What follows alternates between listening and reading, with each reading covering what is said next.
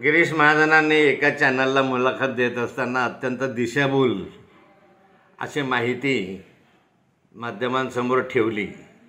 त्यामध्ये त्यांनी भूखंडाच्या बाबत बरीच चर्चा केली की भोसरीचा भूखंड घेतला वगैरे। वास्तविक पाहता भूखंड माझा जो घेतलेला आहे त्या भूखंडावर आजही या क्षणाला जर उतारा काढला, तुम्ही ऑनलाईन उतारा काढू शकता, त्या उतार्यामध्ये बुकानी म्हणून जो मूळ मालक आहे त्याचं नाव आहे आणि इतर हक्कामध्ये MIDCचं नाव आहे। इतर हक्कामध्ये नाव असताना खरेदी करू नये असा कुठलाही नियम नाही। महसूल मंत्री म्हणून मला तेवढी अक्कल आहे आणि उकानीच्या हातूनच तो खरेदी केलेला आहे। त्यांनी रिसर खरेदी केला, कुठलाही त्याच्यामध्ये गैरव्यवहार नाही। 27 कोटीचं व्हॅल्युएशन आहे, सरकारचं व्हॅल्युएशन आहे। बाजारामध्ये 1000 कोटीचं असो की मग सरकारने मला सांगितलं की 27 कोटी आहे, त्याचा टॅक्स तुम्ही भरा। त्याप्रमाणे स्टॅम्प ड्युटी 27 कोटीची भरली, 4 कोटी त्याला प्रत्यक्ष दिले आणि नंतरच हा प्रकार सुरू झाला। मी खरेदी केलेला नाही, माझ्या बायकोने आणि जावयाने खरेदी केला आहे। माझा 1 रुपयाचा त्याच्याशी संबंध नाही, मी कधी गेलो नाही, कधी संबंध नाही। फक्त एक मीटिंग घेतली, या कारणासाठी मला ईडीने अडकवलं। त्याच्यामध्ये मीटिंग येणं काही गुन्हा नाही आहे, नंतर कोर्टात ते सिद्ध होईल। परंतु भूखंडाच्या संदर्भामध्ये जी दिशाभूल करणारी माहिती दिली ते अत्यंत चुकीची आहे। आता शेवटी हे आकसापोटी एकनाथ खडसेंना बदनाम करण्यासाठी त्या कालखंडामध्ये जे षडयंत्र रचलं गेलं, सारे माध्यमं वगैरे वगैरे पाहिलं असेल तुम्ही, त्या माध्यमातून ते केलं गेलं आणि ते प्रमुख सूत्रधार कोण आहे हे अख्ख्या महाराष्ट्राला त्याचं माहिती आहे। आता आमच्या मतदारसंघामध्ये बोदवडला पाणी नाही आणि मग बोदवडची नगरपालिका आमची नाही, जळगावच्या मुक्ताईनगरची नाही, हे अत्यंत दिशाभूल करणार आहे। बोदवडला पाणी नाही तर माझी जबाबदारीच नाही आहे, माझी जबाबदारी शेवटची आहे। आज तुमचा आमदार इथे आहे, तुमच्या आमदारांना तिथं पाणी दिलं नाही। मी तरी योजना आधी केली होती, त्यामुळे माझ्याच योजनेमुळे पाणी आतापर्यंत ते घेत आलेले आहे। तुमच्या आमदारानं 5 वर्ष काय केलं, मतदारसंघामध्ये काय केलं, तर 5 वर्ष तुमचाच आमदार आहे।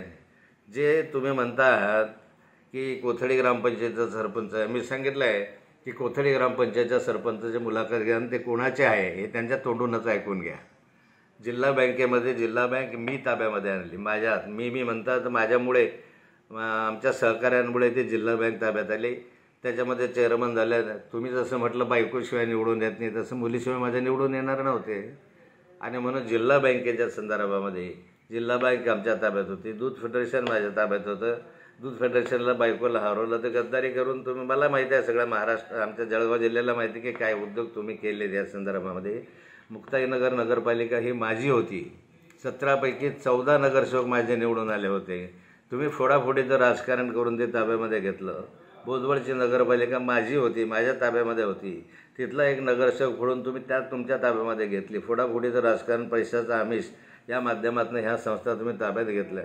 मुक्ताईनगर तालुक्यामध्ये विधानसभा क्षेत्रामधली कृषी उत्पन्न बाजार समिती माझ्या ताब्यात आहे। एक माणूससुद्धा तुमचा येऊ शकला नाही मतदारसंघात। तालुका खरेदी विक्री संघ माझ्या ताब्यात आहे, एकसुद्धा माणूस तुमचा येऊ शकलेला नाही त्या ठिकाणी। तुम्ही काय उजेड पाडता आहात। आणि या ठिकाणी मी मान्य करतो की गिरीश भाऊ दारू पित नाही, तंबाखू खात नाही, गुटखा खात नाही, त्यांना कुठलीही सवय नाही, हे मी मान्य करतो। त्यांना एकच सवय आहे, ते तुम्हाला माहिती आहे, त्यामुळे त्याच्यावर मी फार न बोललेलं बरं आहे। आता यामध्ये काय काम केलं, जेवढे जळगाव जिल्ह्यामध्ये धरणांचे कामं आत्ता नव्यानं उभे राहिलेले आहेत ते सगळे नाथाभाऊच्या कालखंडात झाले। याच्या मतदारसंघातले 100% धरणं नाथाभाऊच्या कालखंडामध्ये झाले। जळगाव जिल्ह्यामध्ये जेवढे धरणं झाले तेवढे पेंडिंग जे पडले ते पाटबंधारे मंत्री गिरीश महाजन असताना पडले, एकही धरण पूर्ण होऊ शकलं नाही।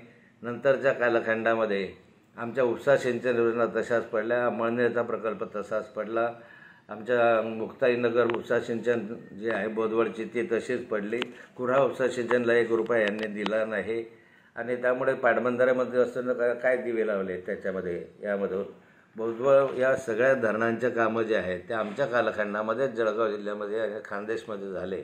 मोठे मोठे प्रकल्प आमच्या माध्यमातून आमच्या कालखंडामध्ये उभे राहिले। तुम्ही कोणता प्रकल्प दाखवा की एक प्रकल्प हा माझ्या 1000 कोटी रुपयाचे प्रकल्प आहे, 500 कोटी रुपयाचे प्रकल्प आहे बोदवड उपसा सिंचनसारखे। तुमचा एखादा प्रकल्प दाखवा की 2000 कोटीचा आहे, 5000 कोटीचा आहे।